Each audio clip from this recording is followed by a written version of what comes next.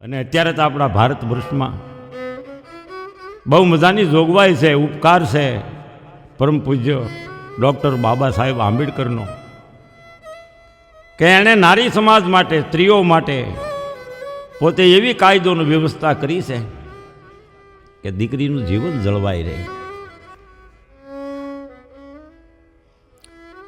પછી દીકરી ગમે એ સમાજની હોય, ગમે એ જાતની હોય. હા, ધન્યવાદ છે આવા મહાપુરુષને.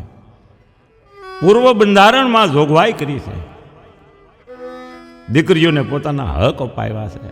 અરે વધારે શું કહું, સરપંચથી માંડીને ઠેઠ PM સુધી વ્યવસ્થા કરી છે.